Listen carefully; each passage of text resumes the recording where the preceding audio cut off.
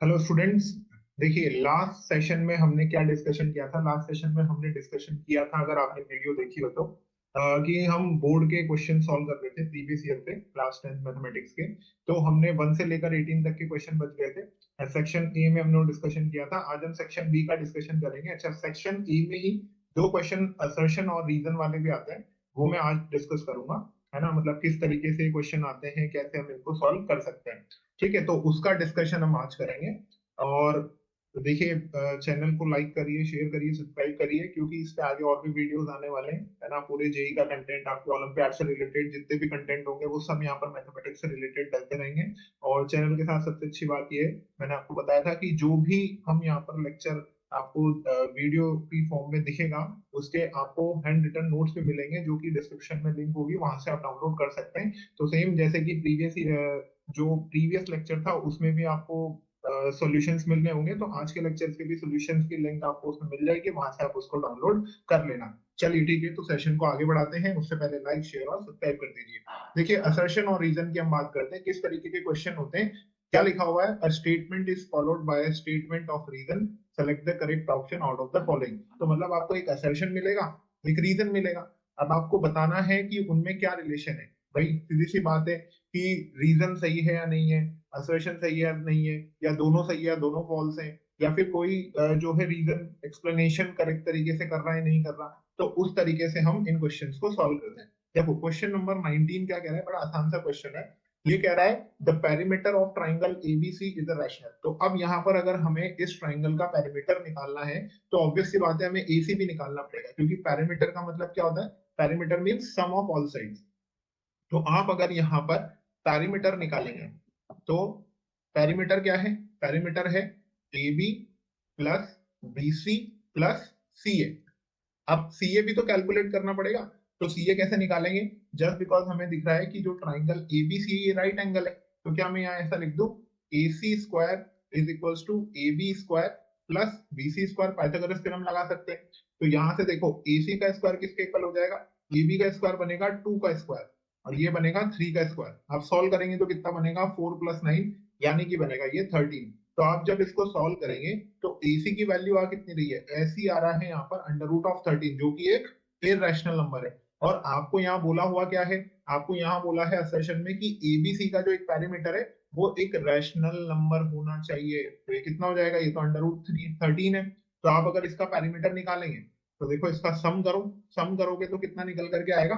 अगर आप यहाँ से इसका पैरामीटर निकाल रहे हैं, तो देखो यहां से पेरीमीटर आ जाएगा, perimeter equals to A B plus B C plus C A. इसी तरीके से लिखना है आपको, है ना। कैसे लिखेंगे भाई, हमने पूरा सॉल्व कर लिया, है ना। तो अब इसका जो पेरीमीटर आएगा, यहाँ पर ए बी का वैल्यू पुट करो, ये आ जाएगा 2। इसका पुट करोगे आप 3, और ये आ जाएगा अंडर रूट ऑफ 13। तो आप इसको सॉल्व करेंगे तो कितना आ रहा है, ये 5 प्लस रूट ऑफ 13। तो ये कितना है, ये तो एक इररेशनल नंबर है।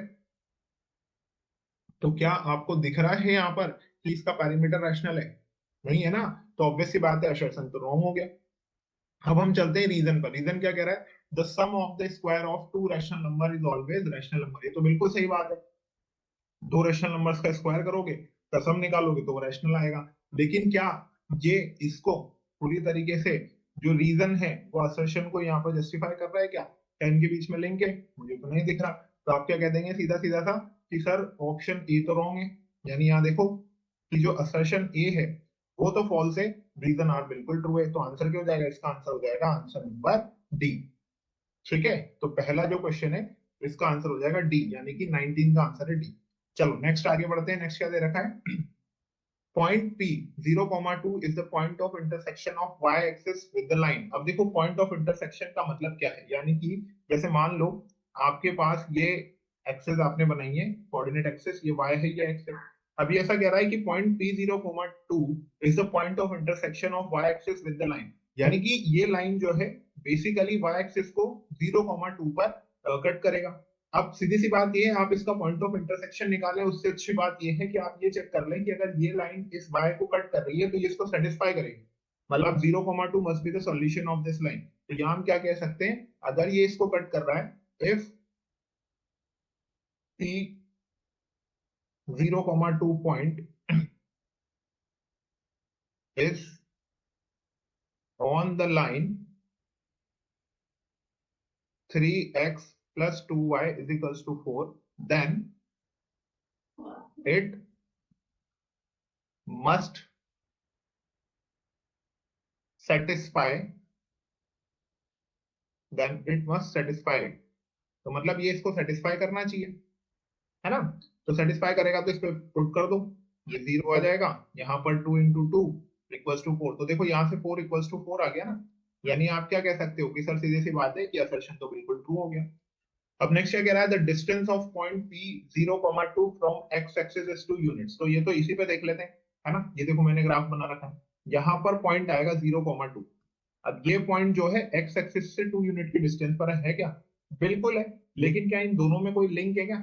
स्टेटमेंट माने कि असर्शन जो है वो भी सही है, रीजन भी सही है, लेकिन ये इसको जस्टिफाई नहीं कर रहा है, यानी कि इसकी एक्सप्लेनेशन नहीं है। तो ऑप्शन में देखो दोनों ट्रू है, लेकिन एक्सप्लेनेशन नहीं कर रहा है यहाँ पर। तो असर्शन क्या है? assertion basically A is true but R is false। यहाँ क्या दे रखा है, both assertion A and reason are true but reason R is not the correct explanation of assertion A। बिल्कुल सही बात है। तो इसका आंसर कितना आ जाएगा? इसका आंसर आ जाएगा B। तो 20 का आंसर क्या होगा? इसका आंसर हो जाएगा B, है ना। उसका एक्सप्लेनेशन नहीं है, दोनों सही है। अच्छा, अब ये क्वेश्चन देखो, एक बच्चों जैसा क्वेश्चन भी पूछा गया था। क्या क्वेश्चन है यहाँ पर? Find the least number which when divided by 12, 16, 24 leave the remainder. तो मुझे एक बात बताओ, जिस भी नंबर को 12, 16 और 24 डिवाइड करेंगे, क्या वो इनका एलसीएम होगा? है ना। तो आपके पास यहाँ पर जो रिक्वायर्ड नंबर होगा, वो रिक्वायर्ड नंबर कितना निकल करके आएगा भाई? Required number is basically equals to the LCM of 12, 16 and 24। But remainder बचना चाहिए, यानी कि इसमें +7 भी तो होगा, क्योंकि इनका एलसीएम जो होगा वो इनसे डिविजिबल है, लेकिन 7 तो नहीं है ना। तो रिक्वायर्ड नंबर ही आ जाएगा। तब आप एलसीएम कैलकुलेट करो। तो एलसीएम निकाल कैसे सकते हैं हम? देखो 12, 16, 24 एलसीएम निकालिए। 2 6 12, है ना। 2 8 16, ये 12 टाइम्स कैंसिल आउट हो जाएगा। फिर 2 3 6, 2 4 8, 2 6 12। अगेन 2 से फिर कैंसिल आउट हो रहा है, ये कैंसिल कर दो। कितना आ रहा है यहाँ पर भाई? 3, यहाँ 2, यहाँ पर 3। फिर 2 से कैंसिल आउट हो रहा है 3, 1, 3। फिर 3 से कैंसिल आउट कर दो इसको, तो कितना आ रहा है? 1, 1। तो यहाँ पर अगर आप इनका एलसीएम निकालेंगे तो एलसीएम कितना आ रहा है? LCM is basically equals to 2 to the power 4 into 3, जो कि कितना आ जाएगा? 48 आ जाएगा। तो जो आपका रिक्वायर्ड नंबर होगा, that required number is basically equals to what? 48 plus 7। तो कितना आ जाएगा भाई? ये 55 इज द आंसर। क्योंकि 12, 16 और 24 से डिवाइड करोगे तो 7 रिमाइंडर दे रहा है हर एक केस में। तो बड़ा आसान सा क्वेश्चन है। चलिए नेक्स्ट क्वेश्चन की तरफ आगे बढ़ते हैं। देखो प्रोबेबिलिटी के ऊपर बहुत सारे क्वेश्चन आते हैं और बड़े आसान आसान से आते हैं। यहाँ क्या दे रखा है? अ बैग कंटेन्स 4 रेड बॉल। तो रेड बॉल कितनी है? 4 है। 3 blue balls and 2 yellow balls, ये आपको दे रखा है ना। तो अब आपको क्या चाहिए? अब आपको यहाँ चाहिए कि प्रोबेबिलिटी निकालनी है। आपने उस बैग में से एक बॉल निकाली, और पहला केस है कि वो रेड बॉल होनी चाहिए, दूसरा केस है वो येलो बॉल होनी चाहिए। तो यहाँ पर अगर मैं आपसे बोलूं कि जो टोटल बॉल्स हैं वो कितनी है, तो टोटल बॉल्स हो जाएंगी 4 रेड है, 3 ब्लू है, तो ये है, तो कितनी हो जाएगी? 9 बॉल्स हो जाएंगी। तो यहाँ से पहला केस ये है कि जब आप निकालेंगे तो वो रेड बॉल होनी चाहिए। तो रेड बॉल की प्रोबेबिलिटी क्या होगी? जो प्रोबेबिलिटी होगी रेड बॉल की, वो कितनी हो जाएंगी? यहाँ पर आएगा फेवरेबल आउटकम्स। क्या आएगा? फेवरेबल आउटकम्स अपॉन कितना आएगा? अपॉन आएगा टोटल आउटकम्स। अच्छा, यहाँ फेवरेबल आउटकम से मतलब कितना है? देखो रेड के केस में जो रेड बॉल है वो आपकी फेवरेबल आउटकम्स होंगी। तो फेवरेबल यानी कि रेड बॉल्स कितनी है? ये आपके पास है भाई 4 बॉल्स हैं। तो यहां से प्रोबेबिलिटी निकालोगे तो कितना आ जाएगा? 4/9। तो पहले केस का आंसर आएगा 4/9। चलिए यहाँ देखते हैं भाई सेकंड केस का आंसर क्या होगा। ऐसे ही लिखना है आपको भाई, देखो क्योंकि सेक्शन बी जो होता है शॉर्ट टाइप वाले आंसर वाले क्वेश्चन होते हैं, और इसमें बेसिकली 2-2 नंबर के क्वेश्चन होते हैं, और बड़े आसानी से आप निकाल भी सकते हो। अच्छा, अब हम यहाँ देखते हैं येलो बॉल। तो अगर हम येलो बॉल देखेंगे तो येलो बॉल्स कितनी है हमारे पास? येलो बॉल्स हमारे पास है, तो ये कितनी है? येलो बॉल्स है 2। तो इस केस में अगर आप प्रोबेबिलिटी ऑफ येलो बॉल निकालोगे तो अगेन फेवरेबल अपॉन टोटल, तो फेवरेबल 2 है, टोटल 9 है, तो 2/9 इसका आंसर आ जाएगा। ठीक है, आप ये सोल्यूशन डाउनलोड भी कर सकते हैं, डिस्क्रिप्शन में आपको लिंक मिल जाएगा, वहां से आप डाउनलोड कर लेना, तो वहां लिखने का तरीका और देख लेना कैसे लिखा जा रहा है। ठीक है, चलिए सोल्यूशन नंबर 23 की बात करते हैं। Solve the pair of equation graphically. देखो कितना आसान सा क्वेश्चन है, ग्राफिकली सॉल्व करना है, ग्राफ बनाना है। तो आप जब ग्राफ बनाएंगे तो कैसे बनाएंगे? देखो x इक्वल्स टू 5, यानी कि यहाँ पर एक पॉइंट आ सकता है 5, ये 0 है, ये 1 है, ठीक है, ये 2 है, ये 3 है, यहीं पर 4 है और यहीं पर 5 आ जाएगा। इसी तरीके से 7 बनाएंगे तो देखो 1 2 3 4 5 6। अच्छा, इसको थोड़ा सा और आगे बढ़ा देता हूँ मैं, इसको जैसे ही आप आगे बढ़ाएंगे तो ये कितना हो जाएगा 7। तो ये तो x एक्सिस है, ये y एक्सिस है ना? तो देखो x इक्वल्स टू 5 कैसे बनेगा? x इक्वल्स टू 5 ऐसे बनेगा, है ना? ये एक लाइन होगी। और y इक्वल्स टू 7 करने पे कैसे बनेगा? ये ऐसे बनेगा। ठीक है, आई होप आप सबको पता हो कि ये बनता कैसे है। ये बनता ऐसे, देखो आप इसको ऐसे लिख सकते हो, x इक्वल्स टू 5 को x plus 0 into Y is equals to 5। अब आप वैल्यू पुट करते हुए चलो, यहाँ x ले लो, यहाँ y ले लो। देखो y की वैल्यू 0 रखो तो x 5 आएगा, y की वैल्यू 1 रखोगे तब भी x 5 आएगा, y की वैल्यू 2 रखोगे तब भी x 5 आएगा। यानी कि हर एक केस में y 5 ही तो आ रहा है, माइनस में रखोगे तब भी, क्योंकि 0 से मल्टीप्लाई होगा तो नल हो जाएगा। सिमिलरली ये y इक्वल्स टू जो भी 7 लाइन है वो भी ऐसे ही बनी है। y इक्वल्स टू 7 को आप कैसे लिख सकते हैं? 0 into X plus Y is equals to 7। तो आप कुछ भी रख दो, है ना? इसके केस में आप क्या रख सकते हो, देखो, है ना, यहाँ पर x लिखा हुआ है, यहाँ y लिखा हुआ है, यहाँ पर आप x को कुछ भी रख दो, y हमेशा 7 ही आने वाला है। तो आप चाहें तो ऐसे शो करके भी दिखा सकते हैं, थोड़ा सा अच्छा दिखेगा। तो आप देखिए ये जिस पॉइंट पर मिलेंगी वही इनका पॉइंट ऑफ इंटरसेक्शन होगा, वही सोल्यूशन होगा। तो यहाँ जो पॉइंट आ रहा है वो कितना आ रहा है? 5,7। आगे बात समझ में क्लियर है भाई? तो बड़ा आसान सा क्वेश्चन था, ज्यादा टफ क्वेश्चन है नहीं।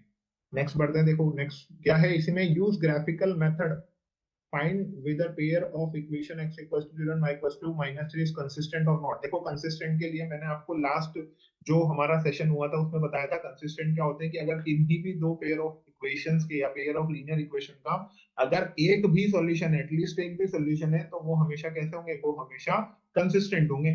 तो बस इसका ग्राफ बना लो, है ना? तो बीव का ग्राफ अगर हम बनाएंगे तो देखो कैसा ग्राफ बनेगा।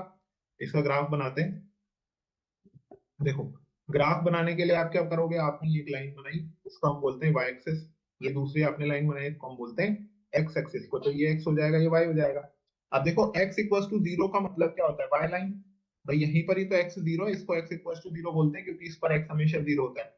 और वाई इक्वल्स टू -3 यहाँ आएगा ना, क्योंकि ये 0 है, ये -1 है, ये -2 है, ये -3। अच्छा इसी तरीके से यहाँ पे बना दो 1 2 3। अब देखो जब भी दो लाइंस इंटरसेक्ट करती हैं, है ना, या फिर कॉन्साइड करती हैं, तो कॉन्साइड के केस में तो इनफाइनाइट नंबर ऑफ सॉल्यूशंस हो जाते हैं। और एक बार कट कर रही है तो यूनिक सॉल्यूशन हो जाता है। और अगर कट ही नहीं करती है, यानी कि पैरेलली बढ़ रही है, आप चाहे पड़ोसी के घर पे ले जाओ चाहे अपने, लेकिन वो कभी कट नहीं करेंगी, तो उसमें नो सॉल्यूशन होता है। लेकिन यहाँ अगर मैं y इक्वल्स टू -3 का ग्राफ बनाऊं, तो क्या वो ऐसी एक लाइन होगी क्या जो इस तरीके से निकल रही होगी? तो क्या ये लाइन और x इक्वल्स टू 0 यानी कि y लाइन किसी पॉइंट पर कट कर रही है क्या? क्या वो ये पॉइंट है? और इस पॉइंट को मैं P मान करके ऐसा लिख दूं क्या सर ये 0,-3 है? तो क्या इन दोनों लाइन का एक इंटरसेक्शन पॉइंट मिल गया क्या? अगर इस लाइन का एक भी इंटरसेक्शन पॉइंट है तो हम क्या कह देंगे? यस, ये कैसी है? ये कंसिस्टेंट है। आगे बात समझ में? तो ये दोनों तरीके से आप ग्राफ को सॉल्व कर सकते हो। तो बड़ा आसान सा ही क्वेश्चन है, ज्यादा टफ है नहीं। चलिए नेक्स्ट आगे बढ़ते हैं। सेक्शन बी में एक और क्वेश्चन है, क्वेश्चन नंबर 24। 24 क्या कहता है? देखो बड़ा आसान सा क्वेश्चन है। यहाँ पर लिखा हुआ है sine of theta plus cos of theta is equal to √3। तो आपसे बोला है कि sine theta dot cos theta, इनका मल्टीप्लीकेशन निकालो। जब भी ऐसा आ जाए ना, तो आप सीधा सा क्या करो, इनका स्क्वायर करो, है ना? स्क्वायरिंग बोथ साइड, यहाँ वैल्यू निकालने मत बैठ जाना भाई, बड़ा टफ पड़ जाएगा। बोथ साइड से स्क्वायर करो। तो आप जैसे ही करोगे देखो sine theta plus cos theta का क्या बनेगा? इसका बनेगा ये स्क्वायर। और यहाँ क्या लिखा हुआ है? यहाँ लिखा हुआ है √3 का स्क्वायर। जैसे ही आप करोगे तो ये कितना बनेगा? ये बनेगा sine square theta plus cos square theta plus 2 sine theta cos theta. और ये कितना हो जाएगा? This is equal to 3। ये कैसे लिखा है हमने? हमने एक आइडेंटिटी लगा दी सर, ए प्लस बी का whole square is equal to A square plus B square plus 2ab, तो उसी का यूज किया है हमने। अच्छा ये देखो, एक आइडेंटिटी और लगानी पड़ेगी ट्रिग्नोमेट्रिक आइडेंटिटी में, sign square theta plus cos square theta कितना होता है, 1 होता है ना, थीटा की किसी भी वैल्यू के लिए 1 होगा, जब तक ये दोनों एंगल सेम है हमेशा 1 होगा। लेकिन जैसे मान लो कहीं आ गया sign square theta plus cos square 5, तो वो 1 नहीं होगा, क्योंकि दोनों एंगल्स अलग अलग हैं, एंगल्स जब सेम होंगे तभी 1 होगा। तो यहाँ पर आप इसको क्या लिख सकते हो, 1। ये कितना आ जाएगा, ये आ जाएगा 2 साइन थीटा, है ना, cos theta is equal to 3। तो यहाँ से 2 साइन थीटा और कॉस थीटा की वैल्यू कितनी आ जाएगी, 3 माइनस 1 यानी कि 2। तो आप जब सॉल्व करेंगे तो sine theta into cos of theta कितना आ जाएगा, 1 आ जाएगा। ठीक है, तो बड़ा आसान सा क्वेश्चन था, ये इसका ए पार्ट हो गया। अच्छा बी पार्ट में क्या बोला है, sine alpha equals to this, cos beta cot beta equals to this, तो आपसे ये पूछा है, तो इसमें तो आप वैल्यू निकाल लो। देखो क्या लिखा हुआ है, sine of alpha, sine of alpha कितना लिखा हुआ है भाई, साइन ऑफ एल्फा लिखा हुआ है 1/√2, इसको आप लिख दो 1/√2। ठीक है, उसी के बाद ये क्या लिखा हुआ है, cot beta is equal to √3, तो cot beta is equal to √3। अब आपसे ये पूछा है कि कोसेक अल्फा और कोसेक बीटा कितना होगा, तो यहाँ लिख देते हैं हम। देखो cosec alpha plus cosec beta की वैल्यू क्या होने वाली, तो साइन अल्फा 1/√2 है, तो यहाँ से तो सीधा सीधा दिख रहा है सर, अल्फा की वैल्यू 45 डिग्री होनी चाहिए, क्योंकि साइन 45 1/√2 होता है। अच्छा कॉट बीटा √3 दे रखा है, तो ये तो यहीं पर ही होगा ना, जब बीटा इक्वल टू कितना हो जाएगा 50 डिग्री, है ना। इनको ऐसे भी याद रख सकते हो आप, भाई कॉट बीटा क्या होता है, cos beta upon sine beta. तो कहाँ पर √3 आ रहा है, मतलब √3/2 कौन सी वैल्यू पर आएगा, कॉस में, क्योंकि ऊपर वही चल रहा है ना, तो कॉस 30 डिग्री कितना होता है, साइन 60, यानी कि √3/2 और 1/2, तो वहां पर √3 आ जाता है, यानी कि 30 डिग्री पे √3 बनेगा। तो बस अब ये वैल्यूज इसके अंदर पुट कर दो, तो यहाँ से आपको क्या निकालना है भाई, cosec 45 degree plus cosec 30 degree. तो कोसेक 45 डिग्री कितना होता है, ये साइन 45 डिग्री का उल्टा हो जाएगा, है ना, यानी कितना हो जाएगा, ये तो √2 बनेगा। और कोसेक 30 डिग्री कितना हो जाएगा भाई, कोसेक 30 डिग्री कॉस साइन 30 का जो है रेसिप्रोकल हो जाएगा, तो 2 हो जाएगा, तो आंसर कितना आ जाएगा, √2 + 2। ठीक है, तो बड़ा आसान सा क्वेश्चन है, ज्यादा टफ है। चलिए आगे बढ़ते हैं नेक्स्ट क्वेश्चन की तरफ। नेक्स्ट क्वेश्चन क्या दे रखा है, in the given figure X Z is parallel to BC, मतलब आपको ये लाइन दे रखी है कि ये बीसी के पैरेलल है। अच्छा ए जेड आपको ये दे रखा है, तो यहाँ जो जो भी गिवन है वो लिख दो। गिवन में क्या है, A Z is equal to 3, Z C is equal to 2, B M is equal to 3 and M C is equal to 5। तो आपसे पूछा है कि एक्स वाई का लेंथ क्या है, जो जो भी गिवन है ना वो सब सजा करके लिख दो, है ना। बड़ा आसान सा क्वेश्चन है, देखो तो यहाँ पे फिगर बना के भी मार्क कर लेना, ए जेड कितना है 3 है, जेड सी कितना है 2 है, बी एम कितना दे रखा है, बी एम दे रखा है 3 और एम सी दे रखा है 5। तो मुझे एक बात बताओ, यहाँ पर आपको ये दे रखा है that X Z is parallel to B C, तो can I say that triangle A X Z is similar to triangle A B C, है कि नहीं है? अगर ये दोनों ट्राइंगल सिमिलर हैं तो साइड्स का रेशियो सेम बना सकते हैं क्या, देखो कैसे बनाएंगे, ए जेड अपॉन ए सी, क्या बनाएंगे, ए जेड अपॉन ए सी, ये किसके इक्वल हो सकता है, क्या ये ए एक्स अपॉन ए बी के इक्वल हो सकता है, यानी इसको अपन क्या कह सकते हैं 3/3 + 2। देखो ध्यान से, ए जेड अपॉन ए सी, तो ए सी के लिए तो आपको 3 + 2 करना पड़ेगा ना, क्योंकि ए सी बेसिकली किसके इक्वल है, अगर मैं यहाँ लिखना चाहूँ तो ए सी किसके इक्वल है, ए सी है A Z plus Z C, तो ए सी कितना हो जाएगा, ए जेड है 3, जेड सी है 2, तो ये कितना हो जाएगा, ए सी की वैल्यू 5 हो जाएगी, तो यहाँ से कितना बन गया, 3/5 बन गया।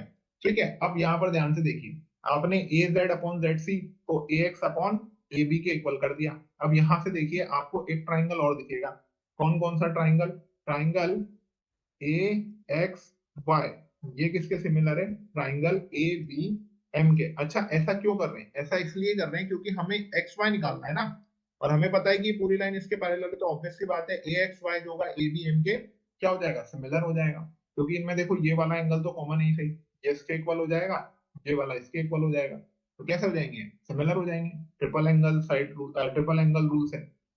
तो अब इसके साइड्स का रेशियो लगा दो, क्या लगाओगे, A X upon A B, क्या लिया है, A X upon A B, ये किसके इक्वल हो सकता है, X Y upon B M के। ठीक है, ये किसके इक्वल हो सकता है, X Y upon B M के। अब आपको एक्स वाई निकालना है, तो ध्यान से देखो, ए एक्स अपॉन ए बी कितना है भाई, 3/5, है ना। और अगर आपको एक्स वाई तो निकालना ही है ना, और बी एम कितना है, बी एम देखो, बी एम बेसिकली है 3, ये ना।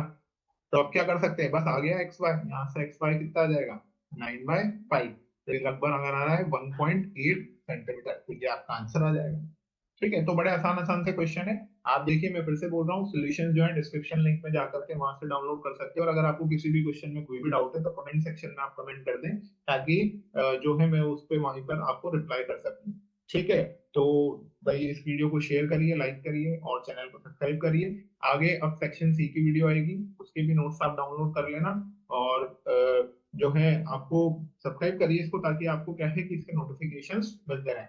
ठीक है, चलिए मिलते हैं अगले सेशन में, बाय बाय।